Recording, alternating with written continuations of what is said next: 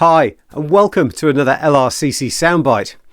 Earlier this week, I was thinking about Jesus choosing the first of the men we've come to know as the 12 disciples, the 12 men chosen by Jesus to be his apprentices, if you like, to live and work with him, learning everything about the message he was telling people and helping him as he shared that message. And ultimately, the idea was that they'd be able themselves to go out and share that message without his help. It's a significant investment by the teacher whenever you bring along someone as an apprentice. And you'd think that any teacher looking for students is going to put some effort into making sure they've got the right people. I mean, just look at the apprentice with the tasks that Lord Sugar sets them and then judges them on. Not just anyone is chosen. So how did Jesus go about making this important decision that would be life-changing for those that he chose? Did he go looking for a good school, or ask people to apply and then interview the best of them? Did he ask for references? Did he go and look for good families that he could choose from? No, none of these things. I was reading one of the accounts of Jesus choosing, and this is what it says.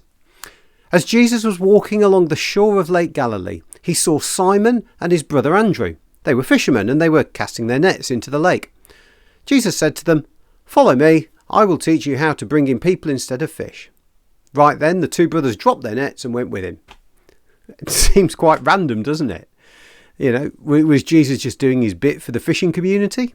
But no, that wasn't the end of it.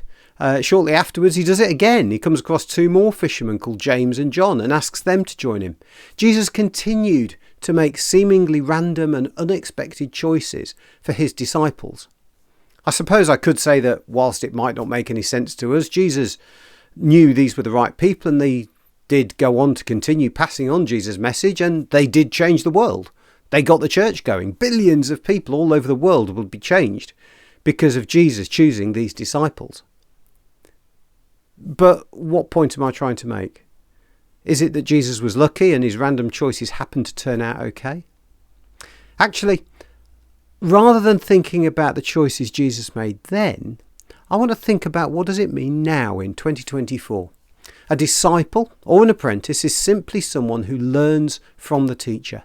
The church is simply an organisation full of people who choose to learn from Jesus, to be his apprentices, even today. There might have been 12 disciples originally travelling around with Jesus, but today there are billions. And for me, there's something really important about the fact that Jesus seemed to just pick anyone. He didn't go looking for the best. And that's it. That's what I think is key. We don't have to be the best in order to follow Jesus, to join the church, to learn from him. We don't have to be good. We don't have to be better than anyone else. Back then, Jesus chose people you wouldn't expect. Today, I suppose the only thing we've learnt is to expect is that anyone and everyone is chosen. It's up to us to choose to be in. Jesus makes it possible for literally anyone, regardless of who we are, what we've done, or what we're like. There is nothing that excludes anyone. That might be quite a bit for you to get your head around. If you want to talk more about it, do get in touch. If you want a safe space to explore questions you might have, then watch out for something called the Alpha Course. There's a bunch of them starting in Ipswich over the next week or so, and I'd be really happy to point you at one of those if you think it might be helpful. Remember, Jesus puts no barrier to block anyone from finding out more and learning how to live from him. I find that amazing. God bless you. Have a great week, and I'll see you next time.